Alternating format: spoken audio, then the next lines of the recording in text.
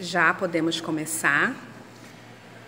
Bom, eu sou Osmarino Amâncio Rodrigues, eu sou da Amazônia, mas principalmente do estado do Acre. Eu moro num estado onde é o único estado do Brasil que ele é Brasil por convicção. Nem o Brasil aceitou nós no primeiro momento e achava que nós era da Bolívia ou do Peru. E teve uma guerra entre os bolivianos e os brasileiros seringueiros que vieram do Nordeste para a Amazônia, né? E o Acre foi muito povoado pelos nordestinos. Essa guerra, os seringueiros do lado acreano ganharam contra os bolivianos. Então, depois aí o Acre foi anexado ao Brasil. Esse estado do Acre, ele tem vários momentos da sua criação. Ele já foi um estado que por 2 anos uma pessoa lá chamada Galvez gritou o estado como independente por 2 anos, chamava-se o Imperador do Acre, Dom Galvez, né? Depois esse estado ele enfrenta essa revolução também, né? E depois dessa revolução a gente entra num processo da guerra mundial para cá, num processo de escravidão brutal. O pessoal, quem não ia para a guerra mundial, era obrigado a ir para a Amazônia, tirar o látex da seringa, né, para o reforço de guerra. Os aliados contra a Alemanha, que naquela época, né, depois que nós viemos saber, tinha a função de implementar o fascismo, né, no mundo, e o mundo inteiro se juntou contra um tal de Hitler, né? Então, e os seringueiros do Nordeste foram incentivados, né, pelo Estado a quem não fosse para a guerra, para a linha de tiro, era considerado soldado da borracha e ia para a Amazônia. Quando acabasse a guerra, esses nordestinos de todos os lugares do Nordeste voltavam para suas terras de origem. Então, isso fez com que, na época, fosse 80 mil nordestinos para a Amazônia. Mas antes de chegar esses 80 mil nordestinos para a Amazônia, só em viagem, porque eles tinham que fazer de barco, né? Morreu, na época, a metade. 40 mil morreram antes de chegar no destino final. Porque eles não tinham noção, eles estavam indo de um lugar, deixando a sua cultura, seu costume, deixando seus parentes, deixando, sabe, todo a sua cultura, né, para trás, de melhorar de vida. Só que para lá, na Amazônia, eles iam enfrentar, na época chamava-se maleta, sabe, malária, hoje chamava-se malária, chamava-se paludismo, tinha febre amarela, mordida de cobra, tinha toda espécie, onça, muita onça, e eles não tinham noção, os grandes rios, né, barco naufragando, então sofreram o terror para chegar no seu destino final. Só para dar alguns exemplos, meu avô conta que viu irmão deles, amigo, né, parentes, ficar na beira dos rios, porque quando você pegava a malária, ela dá um frio maluco e ninguém sabia o que era aquilo. Então, para não contaminar os outros, as pessoas, eles tiravam do barco aqueles que estavam se tremendo de frio com o paludismo, né, que hoje a gente descobre que é a malária, que é a dengue, que naquele tempo ninguém sabia o que era. E aí deixava na beira do barranco, a pessoa morria sozinho na beira dos rios, né, com aquele frio maluco, daquela doença que ele não sabia o de que era. Então, isso foi o primeiro processo. Na década de 70, já com a ditadura militar, que foi imposta para nós em 64, né, aí, final de 60, eles começa a fazer um comercial, né, os militares dizendo que a Amazônia era um vazio demográfico e que precisava ser ocupado para que houvesse o progresso e o desenvolvimento. Só que lá estava cheio de seringueiro, de seringueira, de castanheiro, de quebradeira de coco, estava cheio de toda uma população nativa, né? E eles passaram a implementar vários projetos de expansões para a Amazônia, né? entre eles um que foi um do que causou o maior genocídio à população nativa da região, que foi a BR Transamazônica. Esse é o mais duro, mais dolorido, porque eles contaminavam as pessoas com sarampo, com gripe, para levar para o meio das aldeias, né, por uma entidade chamada SNI, que era o Serviço Nacional Indígena, né, ou então criaram o Proíndio, criaram o Proini, um monte de entidade, para levar para os índios serem contaminados por sarampo, por gripe. E quando uma aldeia pega sarampo, escapa poucos, não escapa ninguém praticamente. E naquele tempo que não tinha vacina, não tinha... Então a FUNAI, que era a entidade que acompanhava, depois virou FUNAI, né? Mas antes era o nome, tinha outros nomes, né? Levava os seus funcionários contaminados para dentro, né? E cumprindo a função que os militares queriam. Quando os índios resistiam, muitas vezes ele era metralhado pelos fuzis dos militares. Então foi uma guerra sangrenta, violenta contra essa população da Amazônia.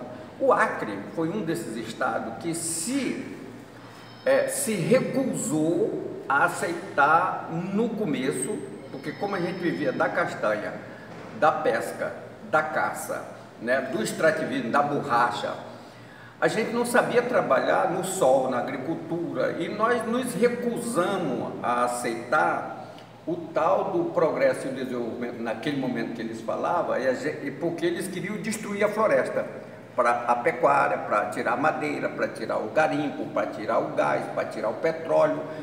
E para nós só tinha serventia se a floresta ficasse em pé. Então a gente disse, gente, nós não conseguimos sobreviver se nós deixar eles derrubar a floresta. Então vamos empatar. Lá o empate para nós era o sinônimo de proibir, ou seja, nós não derrubamos a floresta, ela fica em pé porque nós precisamos dela em pé, né, para nós tirar a castanha, a borracha, a caça, a pesca, mas nós também não vamos deixar os sulistas que chegavam com um propósito de progresso e desenvolvimento para implementar a pecuária, para implementar o garimpo, para tirar a madeira, para fazer a agricultura, a revelia de qualquer jeito. E a mata começou a ser destruída, destruíram Rondônia por completo, destruíram grande parte do Mato Grosso, sabe, Pará, parte do Tocantins, Maranhão. Então essa destruição foi total ao longo da BR Transamazônica. Mas o Acre, os seringueiros, os índios, se juntou num movimento tão forte, né, que nós brequemos projetos de BR para o Acre inteiro, né? Grandes projetos que eram financiados pelo Banco Mundial, pela Comunidade Econômica Europeia, o projeto do PEMACI, por exemplo, é um que a gente pode dar exemplo. Com isso, né, os fazendeiros avançando, os seringueiros se juntaram e criaram uma espécie de movimento de resistências, esse que eu falei, que é o empate. Então vamos empatar. Quando eles vinham com a frente, que eles tinham que levar peão do sul para lá, porque o seringueiro ele não ia receber nenhum seringueiro para trabalhar, para expulsar o outro seringueiro da floresta, então eles tinham que levar a gente do sul, né, e do centro-oeste para expulsar nós que estava lá, se opondo a esse projeto devastador do grande potencial natural que é a Amazônia, né, que a sua água estava sendo contaminada pelo mercúrio dos garimpos, sabe, que a sua madeira estava sendo destruída, sítios arqueológicos milenares sendo detonados pelas BR. Então era uma guerra de nós contra o sistema daquele momento, principalmente com o apoio da ditadura militar. E esse empate ele foi criando corpo. Ele começou em Brasileia, que é a cidade onde eu moro até hoje, né? Nasci e me criei na floresta. Eu nasci num seringal chamado Bela Flor, colocação Revolta. E hoje eu moro no seringal Humaitá, colocação Pega Fogo. Então é a minha residência hoje, já estou com mais de 30 anos lá.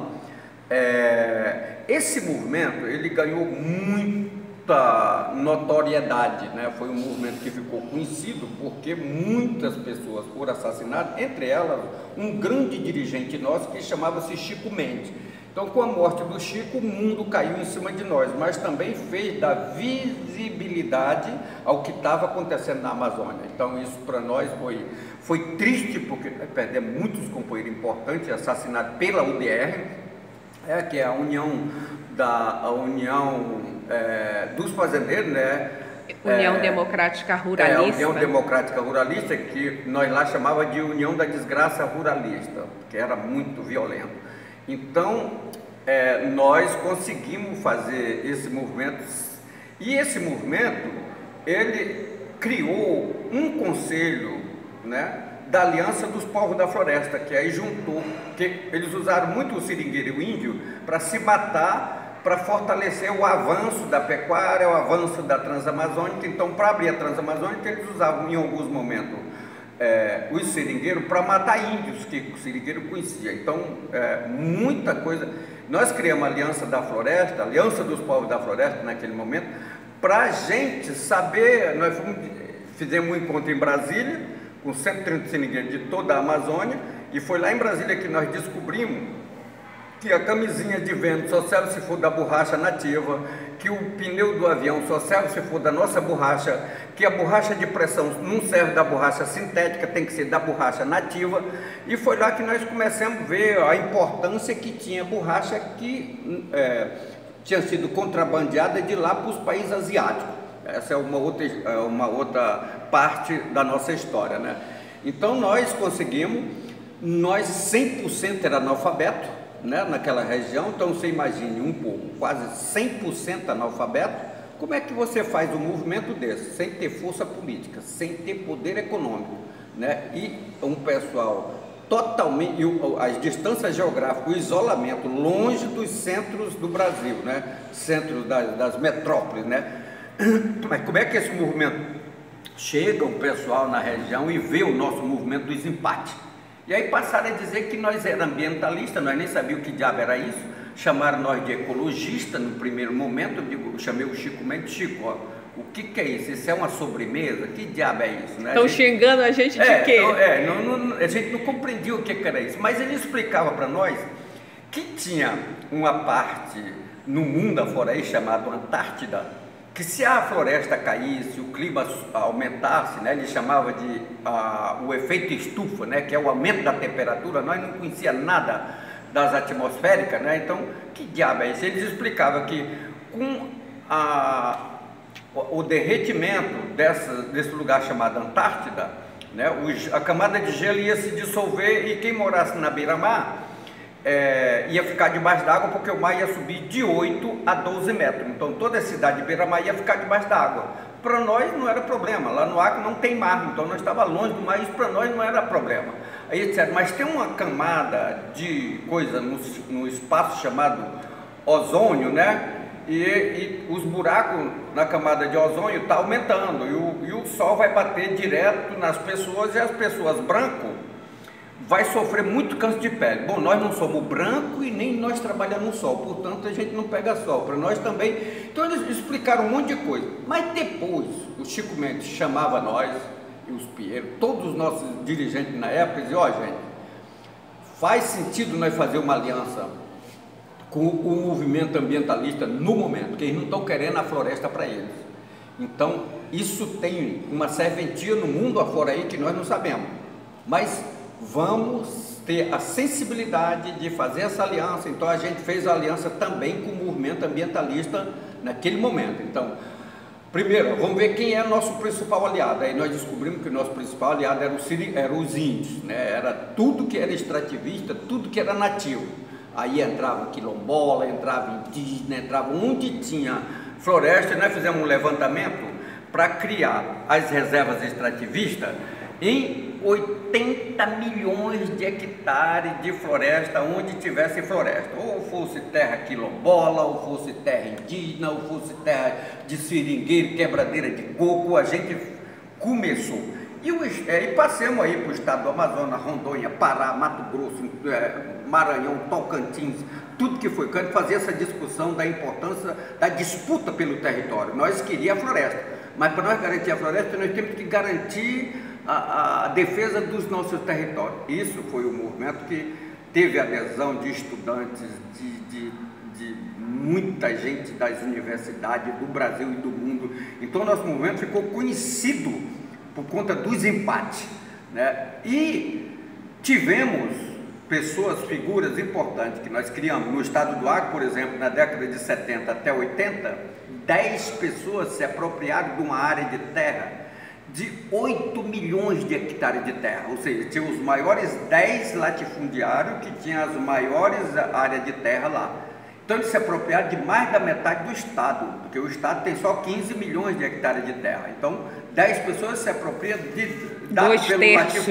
pela ditadura militar do grande território. Com o empate, essas áreas nós fizemos elas virar tudo, ou área indígena, ou área, foi um movimento muito forte. Nós conseguimos criar reservas extrativas. Só a reserva que eu moro, a Chico Mendes, é 1 milhão de hectares. Aí vem outra de 800 mil hectares, de 500 mil hectares, de 600 mil hectares, de 400 mil hectares. Então o estado que o Brasil não queria, que achava que era da Bolívia, que era do Peru, um estado isolado, sem ter valor econômico, sem ter valor político naquele momento, nós fizemos esse estado ficar conhecido para uma geração futura, de maneira que a forma que nós estava levando essa proposta, que nós não sabíamos dizer o nome, que depois eles inventaram o nome de economia verde, desenvolvimento sustentável, sabe, de todas essas coisas, a gente estava fazendo isso lá, e eles discutindo, gastando lá em Estocolmo, gastando não sei aonde com as conferências, para ver, né, que a questão do consumo era uma ameaça ao planeta. E nós tinha a consciência de que para nós essas coisas não tinham nada importância. Para nós a importância é que a gente vivia do extrativismo, né? Tudo que é nativo é a nossa sobrevivência. Eu vivo só da castanha, onde eu moro eu quebro castanha, e eu só pego dinheiro quando começa dezembro, janeiro e fevereiro, até março, nós temos dinheiro, porque tem a castanha.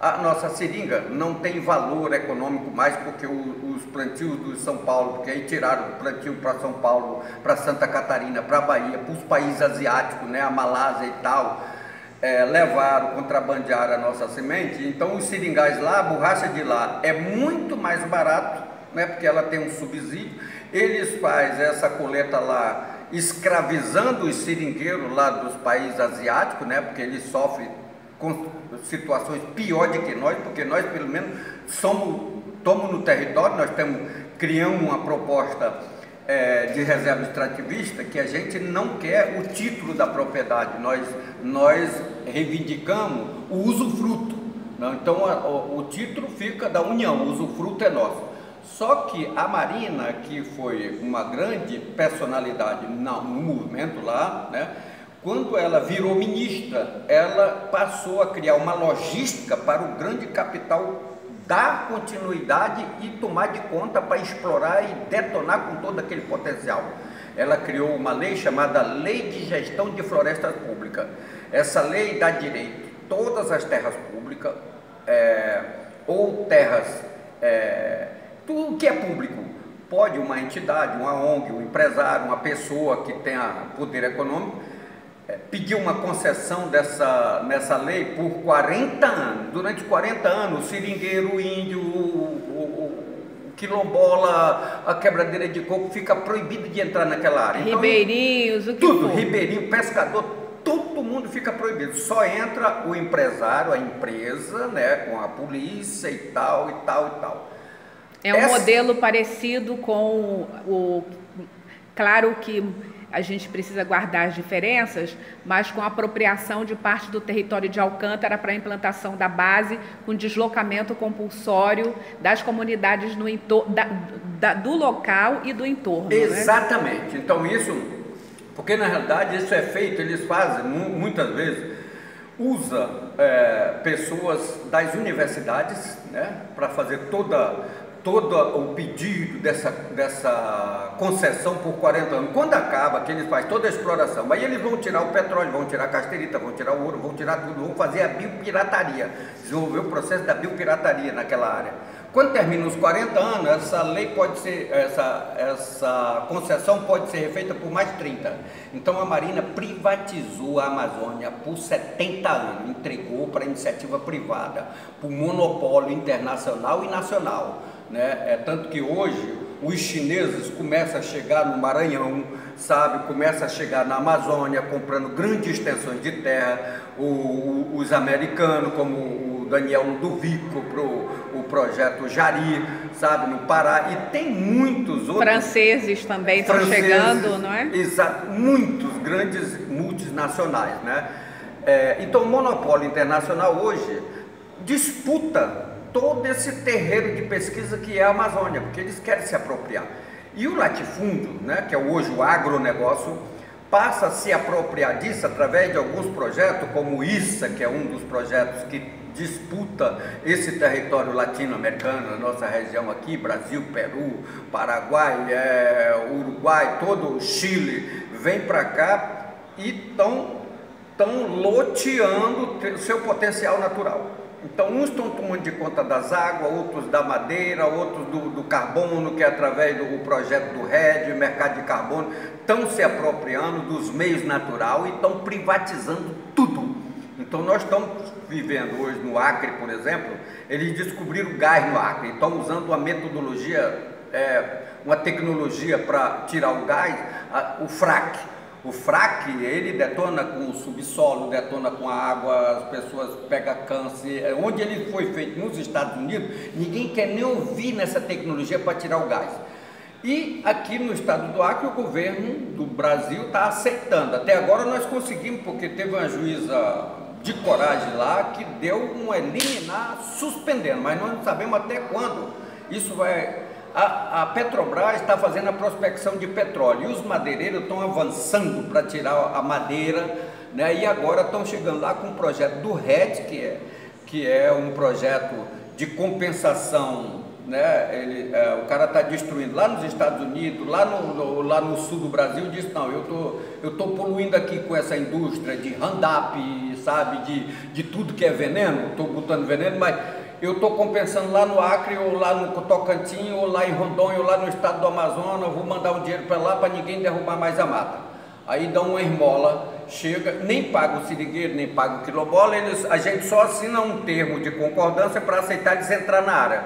Quando entra na área, eles proíbem de eu tirar a madeira para fazer minha casa, de eu pescar o peixe para me alimentar, aí entra a lei, no pé da letra, ao pé da letra, a lei ambiental. Então eles colocam, e a Marina aperfeiçoou o SNUC, que é o Sistema Nacional de Unidade de Conservação, que hoje nós estamos proibidos de botar o roçado de nossa subsistência, porque eles implementaram uma lei chamada Lei do Fogo Zero. Ora, na Amazônia todo mundo cozinha lenha, então estão implementando, que é uma forma de nós sair da floresta, né? E onde a gente não aceita os projetos de manejo, os projetos do RED, os projetos, sabe, de qualquer projeto que venha de cima para baixo, eles implementam e isolam a gente. Onde eu estou agora mesmo, eles fecharam 4 escolas, porque nós não aceitamos o plano de manejo. Então fecharam as escolas para nós roçar, ir para a cidade e abandonar a área que eles querem para o manejo madeireiro. Então e o governo do Acre, né, é um governo, né, que criou uma imagem lá fora de que parece que ele era, inclusive o governo do Acre, o irmão dele que é senador, chamado Joy Viana, foi o que fez o relatório do Código Florestal. Ora, o Código Florestal, a lei que o Lula criou, a regulamentação fundiária na Amazônia, foi só para dar vida ao grande latifúndio, ao agronegócio, porque o Código Florestal diz que todo fazendeiro, toda pessoa do agronegócio, da UDR, da CNA, que destruiu na Amazônia até 2008, ele está perdoado.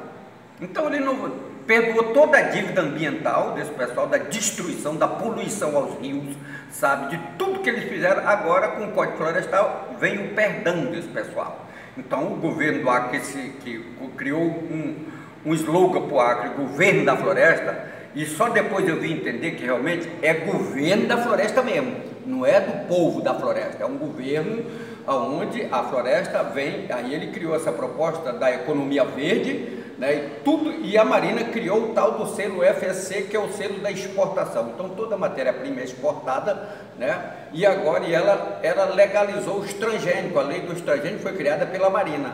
A lei do pneu usado para trazer lixo para cá, para a Amazônia, foi da Marina, sabe? O Código Florestal teve o apoio da Marina, sabe? A lei de florestas públicas foi a Marina que criou. Então a Marina brincou, ela que garantiu essas hidrelétricas na Amazônia, Santo Antônio em geral, sabe? Tudo foi ela que deu. Aí entrou, acho que é Carlos Mink, não sei como é o nome daquele cara do Rio de Janeiro, que foi PT, foi PV, que é PV. Foi secretário do Meio Ambiente. Do Meio Ambiente, Carlos Mink. Carlos Mink foi, não sei, mas tem um outro que foi o ministro do Meio Ambiente também, não sei como eu esqueço agora o nome dele. Igual a Marina, ele só foi pior do que a Marina por causa que a Marina ainda demorava um mês, mas ela dava a licitação para as hidrelétricas, para o manejo, madeireiro, para qualquer coisa, ele dava em 24 horas. Então, quer dizer, nós hoje estamos com esse movimento, ganhamos a reserva, ganhamos os territórios e hoje estamos perdendo isso pela ação do governo, pela ação, e nós temos ONGs, que é bom que o mundo inteiro compreenda, que tem algumas ONGs que são agentes da grande indústria, que são agentes do monopólio, principalmente no monopólio estrangeiro, né? Como o WWF, que hoje está ensinando seringueiro a derrubar a madeira. A WWF ajuda o incentivo ao selo FSC para exportar matéria-prima. A WWF foi a favor da extração do gás no Acre, prospecção de petróleo. Então, quer dizer, nós temos algumas entidades que se diz que em algum lugar onde ninguém conhece, eles fazem um discurso de defesa do meio ambiente, mas em outros estão atuando de uma forma depredadora. Então, a WWF é uma agente do OSAID, um braço da OSAID, que é uma entidade americana que financia o entrismo em tudo que é movimento na Amazônia e no campo brasileiro do movimento sindical. Então, foi uma entidade que na ditadura militar infiltrou nas universidades e eliminou com várias disciplinas, como filosofia, geografia, antropologia, ciências sociais, na época da ditadura. Como agora estão fazendo também, agora já estão eliminando muitas disciplinas com esse governo que está aí. Então, para nós, é um momento das populações do Brasil saber que nós não temos saída se nós não ir para a rua, se nós não se levantar contra esse sistema, não só contra o Bolsonaro, porque esse é um representante fascista, né? E ele não nega isso, ele diz que é um seguidor do Hitler, né? Ele é preconceituoso, é contra negro, diz que não vai ter um palmo de terra para quilombola, para indígena, diz que o índio é indolente, que o quilombola, o negro é malandro, né? Diz que defende a tortura. Então, para nós, a forma da escola sem partido implementada hoje na nossa educação é a amordaça total do movimento sindical, do movimento das quebradeiras de coco, do movimento dos castanheiros, dos seringueiros, dos ribeirinhos, do desempregado na cidade, do operário, sabe, do funcionalismo público. É a mordaça, a gente não vai poder reclamar de nada nessa tal de escola sem partido. E nós viemos de uma escola, por exemplo, eu nunca estudei numa escola oficial, eu aprendi a ler assim, porque lá nós criamos as escolas chamadas Castanheira e Aporonga. Nossa educação era baseada na nossa realidade. A primeira frase do nosso livro de leitura para nós aprender a ler lá chamava-se mata, né? E mata para nós é a floresta. Então todo seringueiro lá, eu vou para a mata. Então ele está dizendo eu vou para a floresta, né? Então é baseado, né? O nosso alimento não vem da fazenda, como diz o livro que está nas escolas, como o fazendeiro fez isso na fazenda tal, sabe, na indústria tal. Nós lá é o seringueiro, matou a paca, que mata o tatu, que pesca, a função da caça, porque nós não pode acabar com as espécies. Tem determinada espécie que está entrando em extinção, o seringueiro deixa de caçar para ela se repovoar de novo. Então, tem toda uma discussão nas reservas extrativistas que o mundo não conhece. E os governos tentam eliminar essa proposta bonita, que foi uma luta bonita, né? E eu digo que foi uma luta socialista, porque o fato de você não aceitar a propriedade privada no meio de um país que concentra hoje muitos milhões de hectares de terra na mão de poucas pessoas, Os seringueiros vêm com uma proposta contra esse sistema da privatização, né, da terra, da água. Então, para nós, fica o recado. Hoje, nós estamos e nós tivemos, a culpa desse pessoal está toda aí, porque eu fui fundador do Conselho Nacional de Seringueiro, eu fui fundador da Federação da Agricultura do Estado do Acre, fundador da CUT, fundador do PT, fui fundador dos sindicatos no Acre e muitas entidades. Hoje nós estamos vendo a CUT, né, no governo do PT, relaxou, foi totalmente para os braços do governo. A gente vê o MST hoje totalmente parado, né? O governo congelou a reforma agrária, porque o Lula disse que ia fazer a reforma agrária de uma canetada. Ele falou isso lá em Brasília, onde eu moro, num ato público. E chegou lá, no governo dele e no governo da Dilma, eles concentraram 97 milhões de hectares de terra junto com a Cátia Abreu para o agronegócio, sabe? Então, para nós é triste nós falar isso, porque nós achávamos que esse pessoal era nossos companheiros. Eles foram companheiros. O Lula passou o mandato inteiro viajando, fazendo comercial do agronegócio para os países, sabe, chinês, para os países, tudo que foi país. E se esqueceu da educação, se esqueceu da reforma agrária, não fez nada disso, se esqueceu da saúde. Ele bastava ter investido na educação.